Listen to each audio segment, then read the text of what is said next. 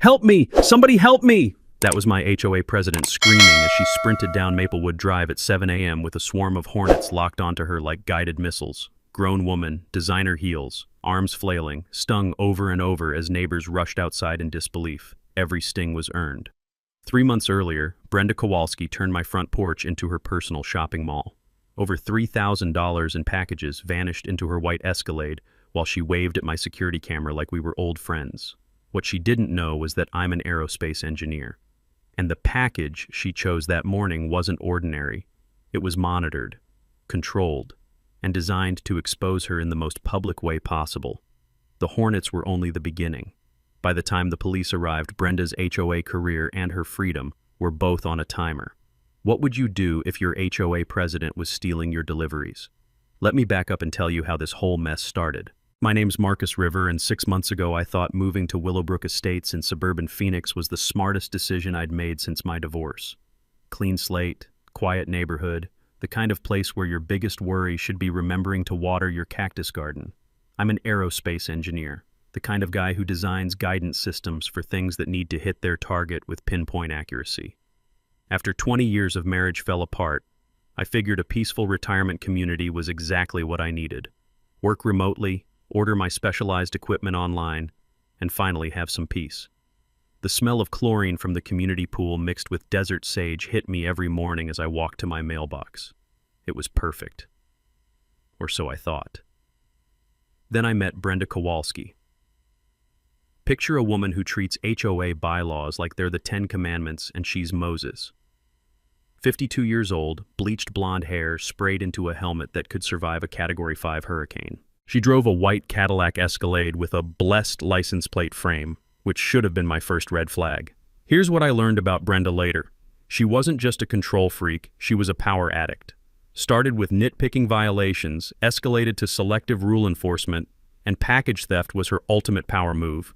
But here's what made Brenda truly dangerous. The package theft wasn't about money. It was about testing boundaries.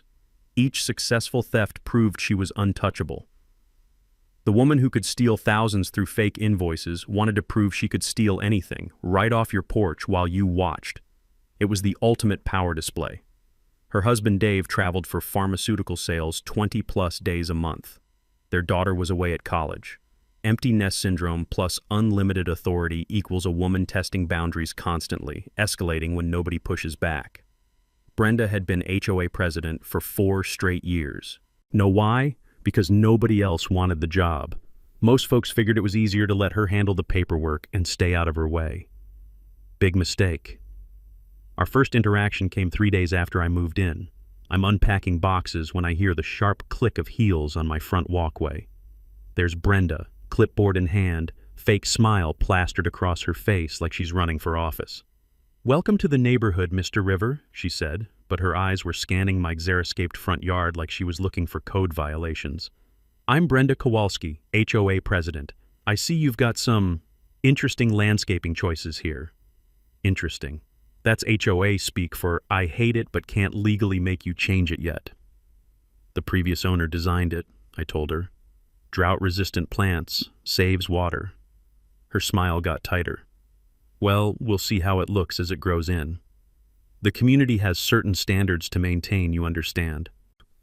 The texture of that cheap HOA newsletter she handed me was slightly damp from her sweaty palms. Even then, I could sense the control freak energy radiating off her like heat from asphalt. That night, I did what any good engineer does. I read the fine print. All 67 pages of CC&Rs, community covenants, and restrictions. My xeriscaping was completely compliant. In fact, the architectural committee had approved identical landscaping for 3 other homes just 6 months earlier. But Brenda didn't care about rules.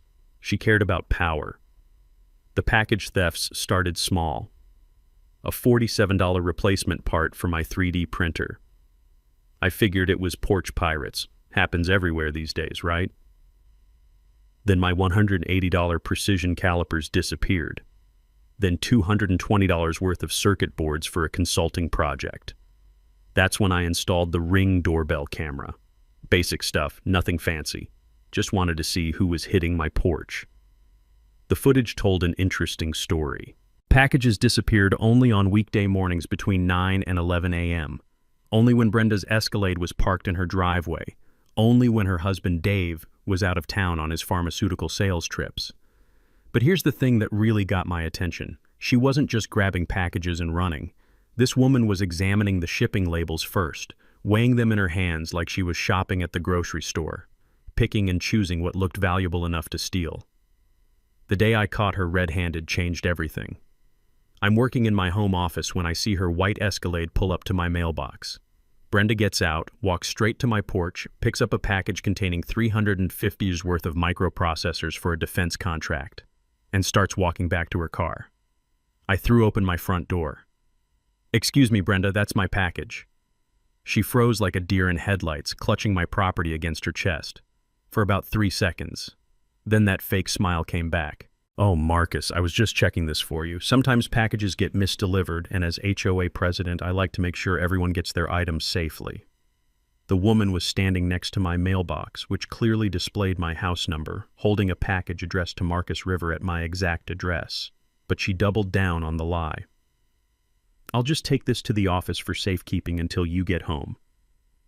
That's when I realized this wasn't about packages. This was about power, control, and a woman who'd gotten so comfortable stealing from her neighbors that she thought she could lie her way out of anything. I held out my hand. "I'm home now. I'll take it." She handed it over, but I could see the calculation in her eyes. How dare this new resident question her authority? How dare he not play along with her obvious lies? 2 days later, I got my first violation notice. Non-conforming xeriscaping inconsistent with community aesthetic standards.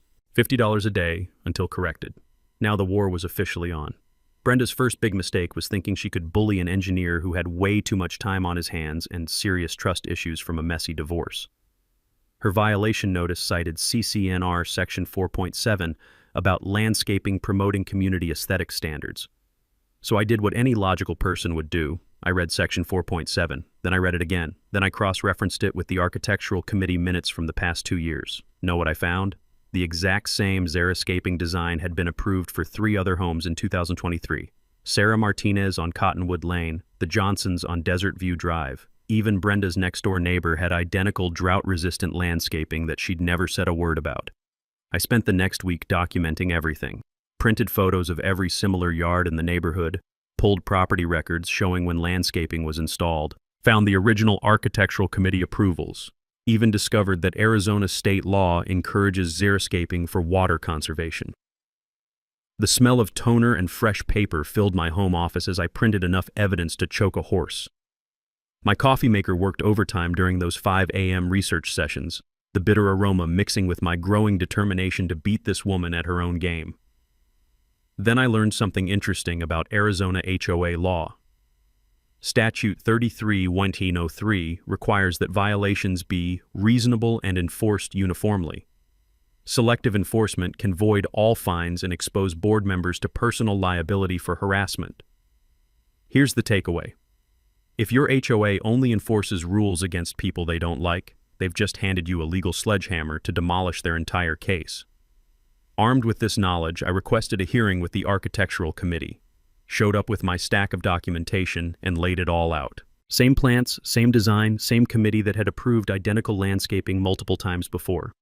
The committee chair, a nervous guy named Steve who clearly wanted to be anywhere else, looked through my evidence for about 30 seconds before clearing his throat. "Well, it appears there might have been some inconsistency in how this was handled. We'll need to withdraw the violation." Brenda's face went through more color changes than a mood ring, but she couldn't argue with her own committee's previous approvals. Victory, right? Wrong. 2 days later, I got a new violation notice. Non-conforming window treatments visible from street view. Apparently my standard white mini blinds, the same ones that came with the house and matched every other house in the neighborhood, were now a community aesthetic crisis. That's when I realized this wasn't about rules at all. This was personal. Brenda had decided I was a threat to her little kingdom, and she was going to use every petty regulation in the book to make my life miserable. But here's what she didn't know about engineers. We love solving problems. And Brenda Kowalski had just become my most interesting problem yet. I started attending HOA board meetings, brought printed copies of the actual CCNRs and highlighted the relevant sections, asked uncomfortable questions about selective enforcement and legal liability, requested financial reports and meeting minutes that should have been public record anyway. The meetings were held in the community center, a beige box that smelled like industrial carpet and broken dreams. Usually it was just Brenda and 5 residents who'd been bullied into serving on the board. After I started showing up, attendance jumped to 15, then 20 people. Turns out I wasn't the only one with Brenda problems. Sarah Martinez whispered to me after one meeting that she'd had 3 packages disappear in the past month. The elderly Johnsons mentioned that their grandson's birthday gift never arrived, even though tracking showed it was delivered. But when I suggested we discuss package security at the next meeting, Brenda shut it down faster than a casino closing time. Individual delivery issues aren't appropriate for board discussion. Residents should contact their carriers directly. She was protecting her operation, and now I knew it was bigger than just my stuff. That weekend, I upgraded my security system. Not just the basic Ring doorbell, I installed a cellular backup camera with motion detection and cloud storage. No more convenient maintenance windows when footage mysteriously disappeared. And I started ordering decoy packages. Cheap stuff made to look expensive. If someone was shopping from my porch, I wanted to give them plenty of opportunities to make mistakes. The trap was set. Now I just had to wait for Brenda's greed to outweigh her caution. 3 weeks later, my patience paid off in the most spectacular way possible. I'm working from my home office when I get a motion alert on my phone. The timestamp reads 2:47 p.m. on a Tuesday, prime theft time when most people are at work and kids are still in school. I pull up the live feed and there's Brenda, bold as brass, examining a package on my front porch. She weighs it in her hands, tilts it to her ear like she's trying to guess what's inside. Then she looks around to make sure nobody's watching and walks straight to her Escalade. No pretense about checking for the correct address this time. No fake concern about community safety. Just pure, undiluted theft caught in high-definition video with perfect lighting. The package contains $600 worth of microprocessors for a Department of Defense subcontract. In Arizona, theft over $500 is a felony. Brenda had just upgraded from petty larceny to serious prison time. I saved the footage to 3 different cloud services, emailed copies to myself, and then did what any reasonable person would do. I filed a police report. Detective Maria Santos was a 20-year veteran with the kind of no-nonsense attitude that comes from dealing with suburban crime for too long. She watched my video footage twice, shook her head, and started filling out paperwork. HOA president, huh? We see this more than you'd think.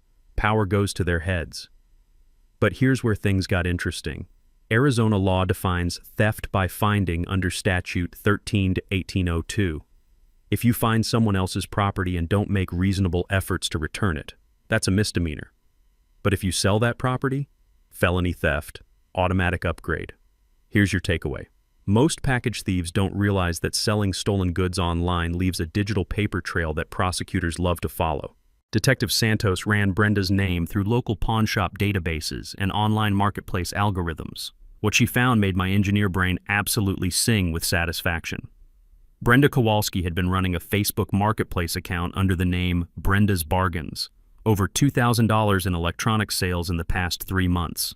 High-end items, always listed as new inbox or never used. Serial numbers that matched reports of missing packages from 3 different neighborhoods. The woman wasn't just a thief, she was running a small business. But here's where the justice system gets frustrating. The district attorney's office looked at the evidence and basically shrugged. One incident, first-time offender, valuable member of the community. They offered Brenda a deal. Return the stolen items, pay restitution, and promise to stop stealing packages. She turned it down. Claimed the video was doctored and hired a lawyer who sent me a cease and desist letter demanding I stop harassing his client with false accusations. That's when Brenda made her second big mistake. She escalated. Emergency HOA board meeting called with 48 hours notice. Agenda item, discussion of resident use of surveillance equipment for harassment purposes. Translation. Brenda wanted to ban security cameras so she could steal packages without being recorded. The meeting was packed. Word had gotten out about the package thefts and 30-plus residents showed up demanding answers.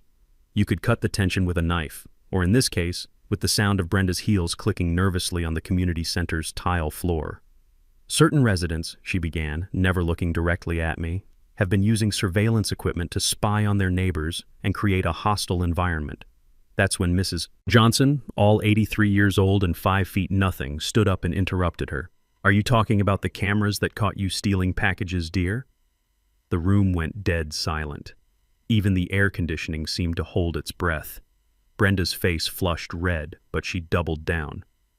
Alleged theft, unproven allegations, and frankly, the real issue here is privacy invasion and the creation of a surveillance state that makes residents uncomfortable in their own neighborhood.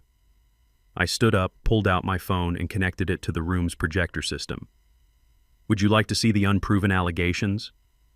For the next 5 minutes, 30 residents watched crystal-clear footage of their HOA president systematically stealing packages from my porch. The gasps and muttered comments filled the room like a live sports broadcast. When the video ended, Brenda was shaking with rage. "This is entrapment. This is harassment. This man is dangerous and unstable, and I'm calling the police." That's when Detective Santos stepped out from the back of the room where she'd been quietly watching the whole show. "Ma'am, I am the police, and you're under arrest." The taste of justice in that moment was sweeter than my grandmother's apple pie. But as it turned out, package theft was just the appetizer. The main course was still coming. You'd think getting arrested for felony theft would humble someone. You'd think wrong. Brenda made bail within 6 hours and came back swinging like a cornered wildcat. If I thought she was vindictive before, I was about to learn what real vindictiveness looked like.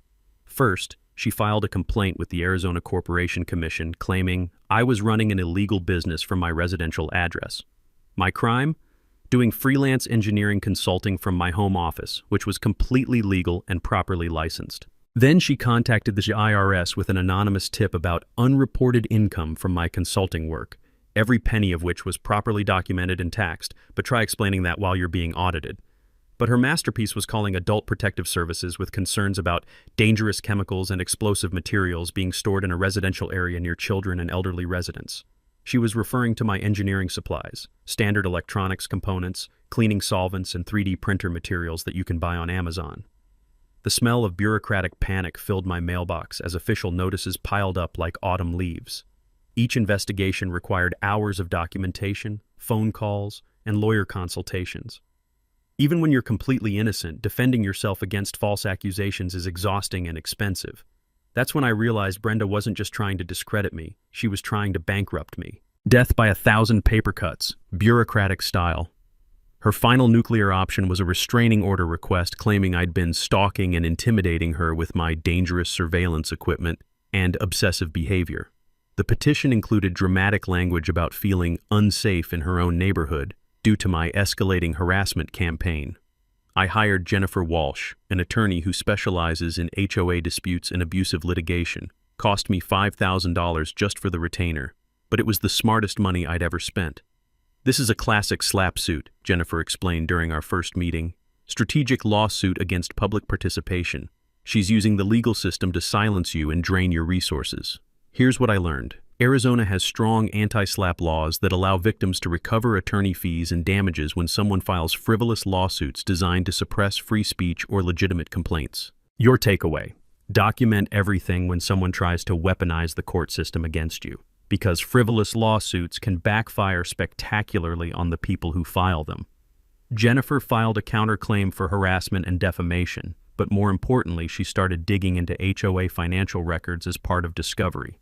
That's when we found the smoking gun that changed everything. Frank Rodriguez, a retired accountant who lived 3 houses down from me, had been quietly analyzing HOA financial statements for months. Turns out, engineers aren't the only people who love finding patterns in data. "Marcus," he said, spreading printouts across my kitchen table, "I think your package problem is just the tip of the iceberg." Frank had discovered $18,000 in unexplained expenses over the past 18 months. Payments to something called D&B Consulting for services like community wellness assessment, security evaluation, and landscape optimization consulting. Problem was, D&B Consulting didn't exist as a registered business entity in Arizona. The payments went to a business bank account registered to David and Brenda Kowalski. Brenda wasn't just stealing packages from porches. She'd been embezzling from the entire community for years. The paper trail was beautiful in its simplicity. Fake invoices for services that were never performed. Board meeting minutes that mentioned approving professional consultations, but never specified what those consultations involved. Financial reports that buried the payments in line items labeled miscellaneous maintenance and community improvement initiatives. We're talking about systematic fraud affecting 127 homeowners. Every family in Willowbrook Estates had been robbed, not just the ones missing packages. Frank's analysis showed that if you removed the fraudulent expenses, everyone's HOA dues could have been $30 per month lower for the past 2 years. Brenda had been stealing $540 annually from every household in the community. That's when I realized this wasn't about getting my packages back anymore. This was about protecting my neighbors from a predator who'd been systematically robbing them while hiding behind a clipboard and a fake smile. But confronting a package thief is one thing. Exposing systematic embezzlement that could send someone to federal prison, that's when things get dangerous. And Brenda was about to prove just how dangerous a cornered fraudster could be. Frank Rodriguez's forensic analysis hit my kitchen table like a financial earthquake, and suddenly everything made sense. $67,000. That's what Brenda had systematically stolen from our community over 3.5 years. Not just packages from porches, but money directly from every homeowner's pocket through fraudulent HOA expenses. The scheme was elegant in its simplicity. Create fake vendor companies using variations of her maiden name, B&D Services, Desert Consulting LLC, Kowalski Property Solutions. Submit invoices for work that sounded legitimate but was never actually performed. Have the invoices approved during sparsely attended board meetings where nobody asked too many questions. Look at this, Frank said, pointing to a spreadsheet that made my engineer brain light up with recognition.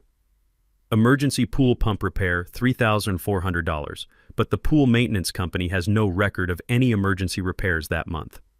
Landscape assessment and redesign consultation, $2,800, but our landscaping contractor says they never heard of any assessment. Security system evaluation, $1,900. What security system? We don't even have one.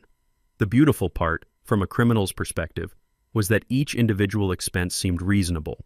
A few thousand here, a few thousand there. Spread out over months, buried in quarterly financial reports that most residents never bothered to read. But here's where Brenda made her fatal mistake. Arizona HOA law requires the board president to personally certify the accuracy of all financial reports under penalty of perjury. CC&R Section 12.4 makes the president personally liable for any fraudulent expenses, with damages extending to personal assets, including their home. Your takeaway. When HOA board members sign financial certifications, they're putting their houses on the line, literally, if they're lying about where the money went. Brenda had signed 4 years' worth of certifications claiming all expenses were legitimate, necessary, and properly authorized for community benefit. Every signature was potential perjury. Every fake invoice was mail fraud. Every fraudulent payment was money laundering. We weren't just dealing with a package thief anymore. We were looking at federal crimes with serious prison time. Frank's analysis also explained something that had been bothering me. Why was Brenda so desperate to discredit me and shut down any investigation? Because she knew that anyone who looked closely at HOA finances would discover her embezzlement scheme. The package theft wasn't separate from the financial fraud. It was part of the same pattern of entitlement and theft that had been going on for years. She'd gotten so comfortable stealing from the community that grabbing packages probably felt like a harmless side business. But now she was trapped. If she resigned as HOA president to avoid scrutiny, someone else would inevitably discover the missing money during the transition. If she stayed and tried to cover it up, the investigation would eventually expose everything anyway. The smell of desperation was starting to replace her usual vanilla perfume whenever I saw her around the neighborhood.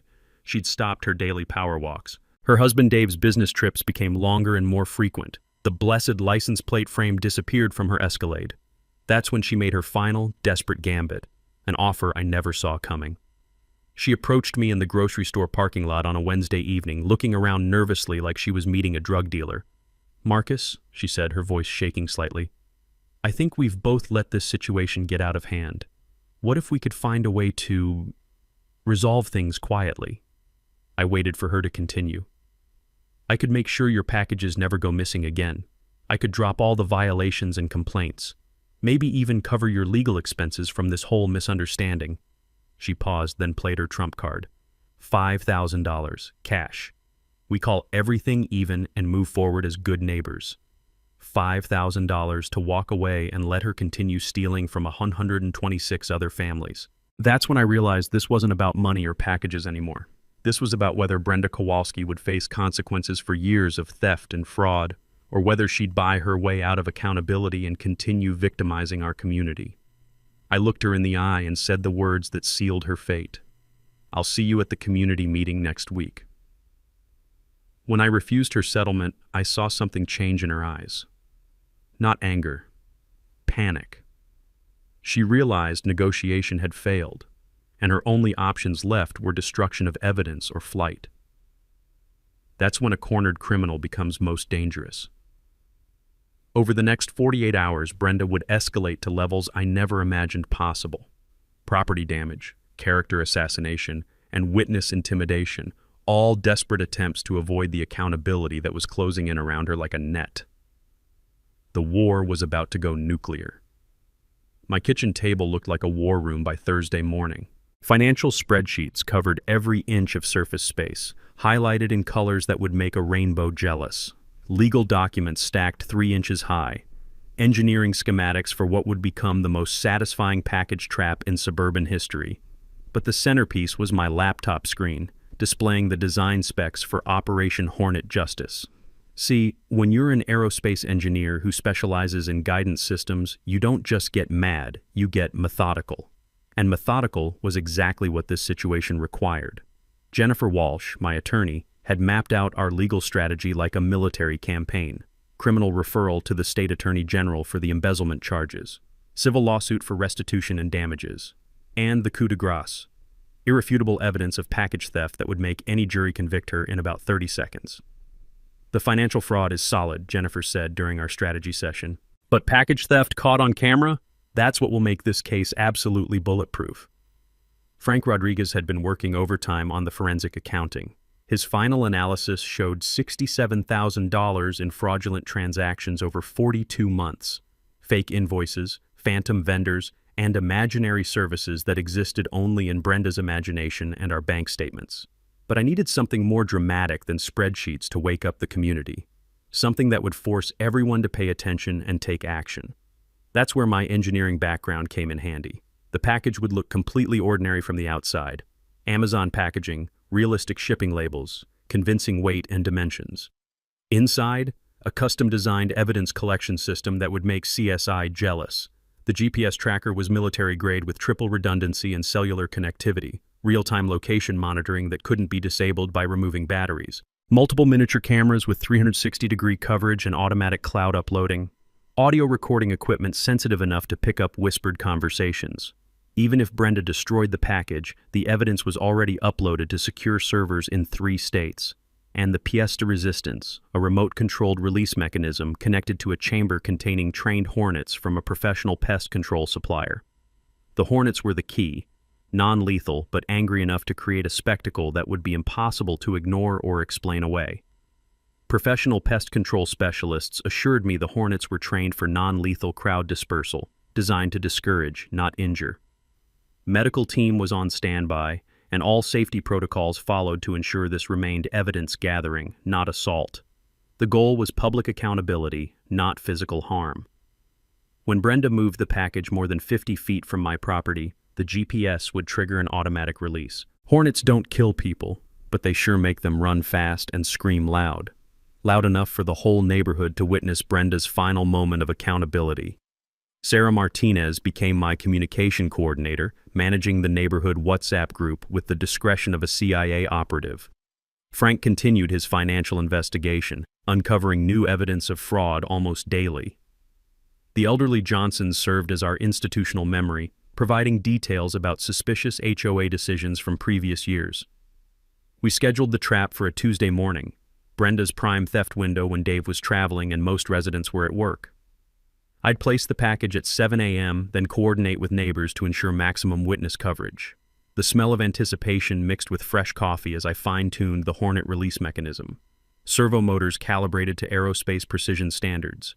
Timer circuits designed to trigger exactly 60 seconds after GPS movement detection. Everything tested and retested until it worked flawlessly. But this wasn't just about revenge. We were building something bigger, a model for community accountability that could protect future residents from HOA corruption.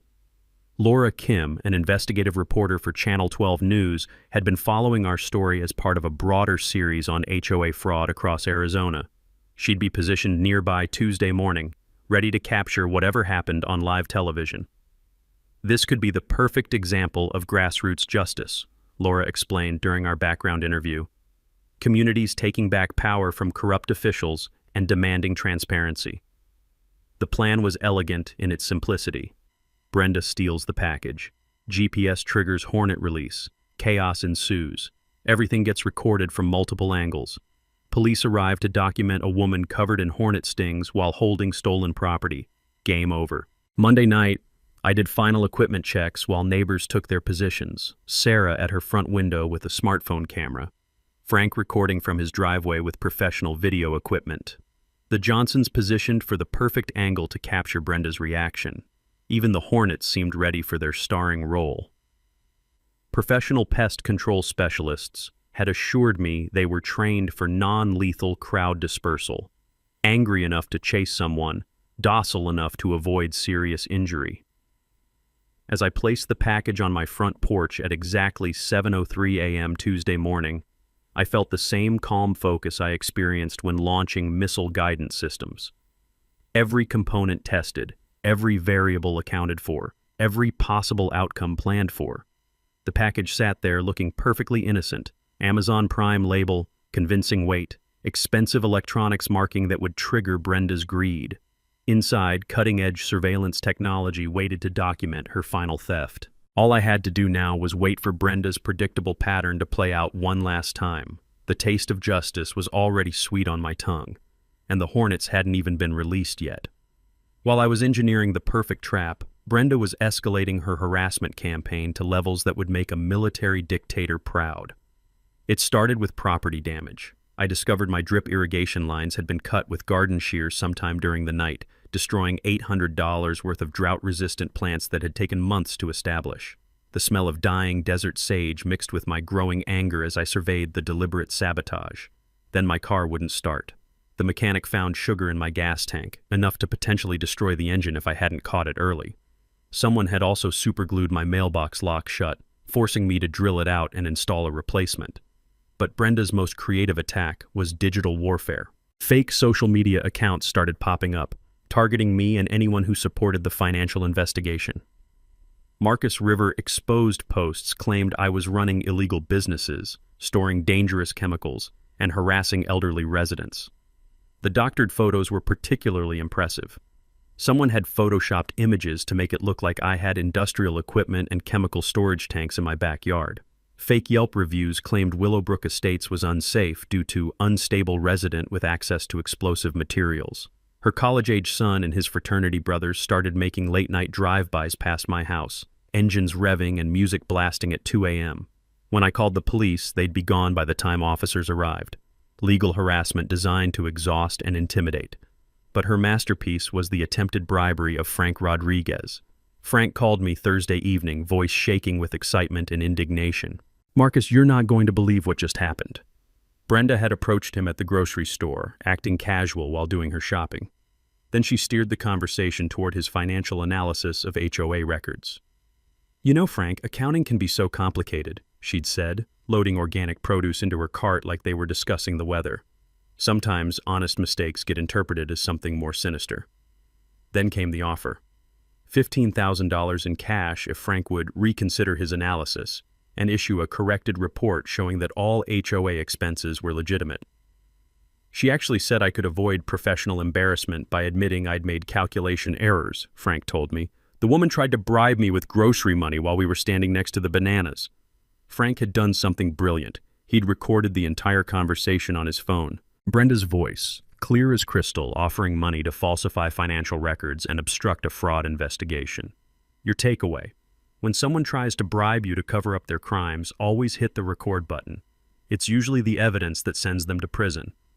The bribery attempt was a federal crime that elevated everything to a whole new level. Not just theft and embezzlement anymore, but witness tampering and obstruction of justice. Brenda was digging her own grave with increasingly desperate attempts to avoid accountability. Detective Santos was practically giddy when Frank played her the recording. "Ma'am, this woman is giving us enough evidence to put her away for years. She's either incredibly stupid or incredibly panicked." "Why not both?" I suggested. Meanwhile, I was putting finishing touches on the package trap. The Hornet chamber had been tested and calibrated. GPS tracking was connected to cellular networks with automatic police notification. Cameras were positioned for optimal coverage angles. The irony was delicious. While Brenda was destroying her own legal position with witness tampering and bribery, I was preparing to document her final crime in high-definition detail. Sarah Martinez reported that neighborhood sentiment had shifted completely. Even residents who'd initially supported Brenda were questioning her increasingly erratic behavior. The WhatsApp group buzzed with speculation about the upcoming community meeting and demands for financial transparency. "People are scared," Sarah told me during one of our coordination calls. "They're realizing that if she could steal packages and embezzle HOA funds, what else has she been lying about?" That fear was justified. Frank's investigation had uncovered additional irregularities dating back to Brenda's first year as president: missing vendor receipts, unauthorized expense approvals, and financial reports with unexplained discrepancies. But fear was exactly what we needed: angry, mobilized residents demanding accountability and transparency. A community ready to take back control from a corrupt official who'd betrayed their trust for years. Monday evening, I placed the final components of the trap package, everything sealed and ready for deployment. The Hornets were secured in their temperature-controlled chamber, waiting for their moment to deliver justice with wings and stingers. As I looked across the street at Brenda's house, I could see her silhouette pacing back and forth behind her living room curtains. The woman who'd terrorized our neighborhood for years was about to face consequences that would make her running sprint down Maplewood Drive look like a leisurely jog. The trap was set, the community was watching, and Brenda's greed was about to destroy her life in the most public way possible. Monday night felt like Christmas Eve, if Christmas involved elaborate revenge plots and trained hornets. Brenda's desperation had reached new heights over the weekend. She'd filed an emergency restraining order claiming I was a dangerous stalker with access to explosive materials, who posed an imminent threat to community safety. The petition included dramatic testimony about feeling terrorized in her own neighborhood by my escalating harassment campaign. The woman actually claimed I'd been conducting surveillance with military-grade equipment and making threatening gestures during neighborhood encounters. Pure fiction, but effective enough to get a temporary order while we waited for a hearing.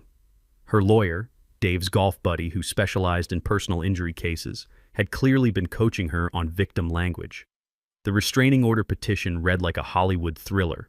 Petitioner fears for her physical safety and believes respondents' behavior is escalating toward potential violence.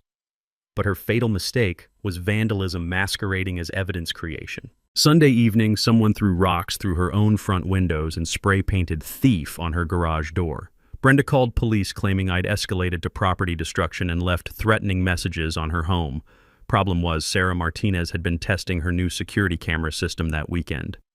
Her footage clearly showed Brenda throwing the rocks herself at 11:47 p.m., then spray-painting her own garage while looking around nervously to make sure no neighbors were watching.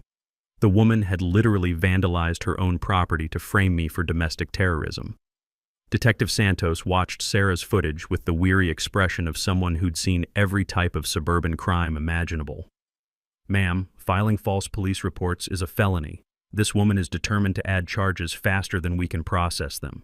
But the fake vandalism served Brenda's real purpose. It gave her justification to stay home from work Tuesday morning to deal with police reports and security concerns, which meant she'd be available during prime package theft hours for the first time in weeks.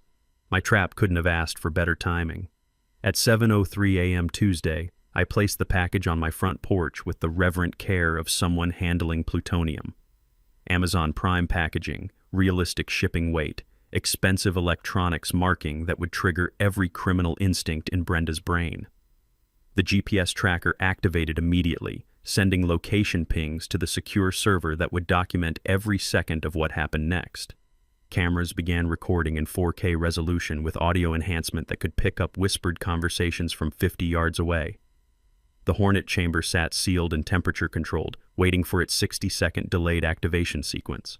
Professional pest control specialists had assured me the insects were trained for crowd dispersal with minimal injury risk.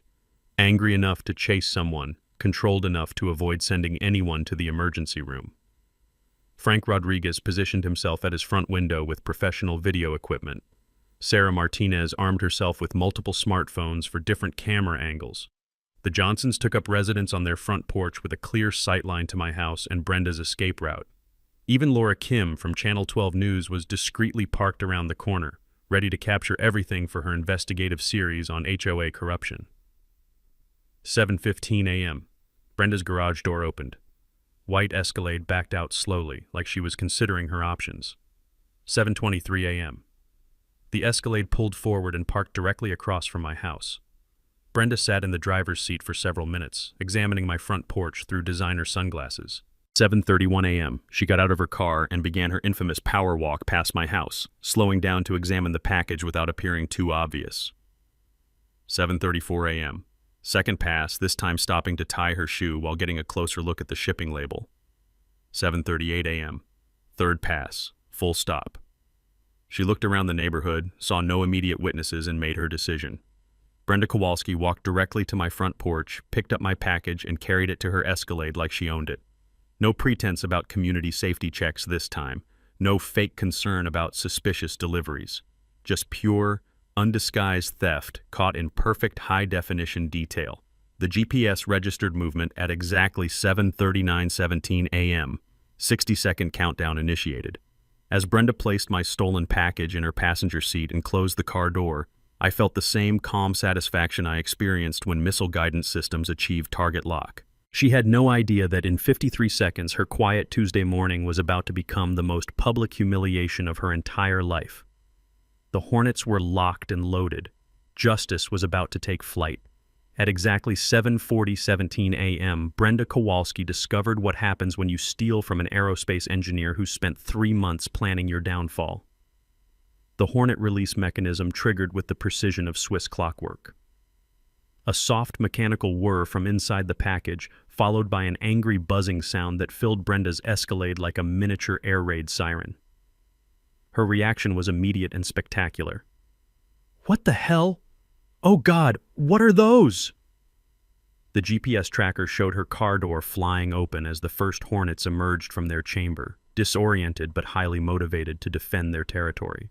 Brenda tumbled out of her driver's seat, still clutching my stolen package, as more insects poured out in a perfectly controlled swarm. "Help me! Somebody help me!" That beautiful scream echoed down Maplewood Drive as Brenda dropped my package and started running in designer heels like her life depended on it. The Hornets, following their training for crowd dispersal, locked onto her movement and pursued her down the street in formation that would make an air show pilot proud. Frank Rodriguez got it all on video. Sarah Martinez captured multiple smartphone angles. The Johnsons provided live commentary that sounded like they were calling a horse race. "Oh my stars! Look at her go! Those heels are clicking like a tap dancer!" Within 90 seconds, every neighbor within 3 blocks had rushed outside to witness the spectacle. Brenda Kowalski, pillar of the community and self-appointed neighborhood dictator, sprinting down the street at 7:41 a.m. while being chased by a cloud of angry insects. The smell of her vanilla perfume mixed with pure panic as she ran past my front window, arms flailing like a scarecrow in a hurricane. Her perfectly arranged hair came undone. Her pink bathrobe billowed behind her like a cape, and her face displayed the kind of terror usually reserved for horror movies. Detective Santos arrived within 4 minutes, exactly as programmed by the automatic police notification system. She found Brenda cowering behind the Martinez's mailbox, swatting at the remaining Hornets while hyperventilating about assault with dangerous insects and elaborate criminal conspiracy. "Ma'am," Detective Santos said calmly, "we need you to come with us for questioning regarding theft of mail matter, embezzlement, and witness tampering. You have the right to remain silent." Laura Kim's news van pulled up just as Brenda was placed in the patrol car. Live television coverage of an HOA president being detained while covered in hornet stings and surrounded by stolen evidence. It was everything she'd hoped for and more. Formal charges were filed the next morning after a complete evidence review, but the investigation that started with Hornets had already documented years of systematic fraud. But the real climax came that evening at the emergency community meeting. The community center was packed beyond capacity with 127 residents, every single homeowner in Willowbrook Estates. Police officers flanked the entrance. News cameras lined the back wall. The air tasted like collective anger and demand for accountability. Frank Rodriguez presented his complete financial analysis using the room's projector system. $67,000 in systematically stolen funds over 4 years. Fake vendors, phantom services, and fraudulent invoices that had robbed every family in the neighborhood. Then I played the synchronized video footage from that morning's package theft. Multiple camera angles showing Brenda's theft, the GPS activation, Hornet release, and her panicked sprint down the street. The room erupted in gasps, nervous laughter, and scattered applause. When the videos ended, I stood to address my neighbors, the same people who'd watched Brenda terrorize our community for years. 3 months ago, I thought this was about stolen packages, I said, looking around the room at faces I'd come to know and respect. But it was never about packages. It was about power, control, and a woman who thought she could steal from all of us because we were too afraid or too busy to fight back. I paused, letting that sink in. Brenda Kowalski called me dangerous and unstable. She tried to destroy my reputation and divide our community with lies and harassment. But here's what she never understood. This neighborhood is stronger than her greed. You built your own trap, Brenda. I just documented it. The standing ovation lasted 3 minutes. Unanimous vote to remove Brenda from all HOA positions and pursue maximum civil damages. Emergency board election scheduled with candidates who'd pledged complete financial transparency, as Detective Santos announced that formal charges would include embezzlement, mail theft, witness tampering, and filing false police reports. She looked back at the packed room of residents who'd taken back their neighborhood.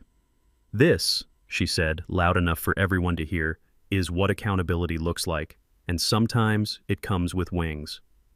6 months later, I'm standing in the same community center where Brenda's reign of terror finally ended, watching the second annual Willowbrook Unity Festival unfold around me.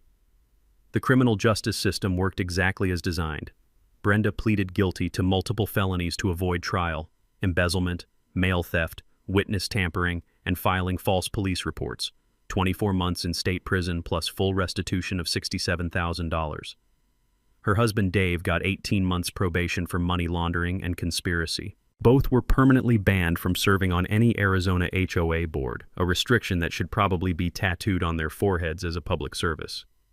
The civil lawsuit recovered $54,000 through asset seizure, insurance claims, and the forced sale of Brenda's white Escalade.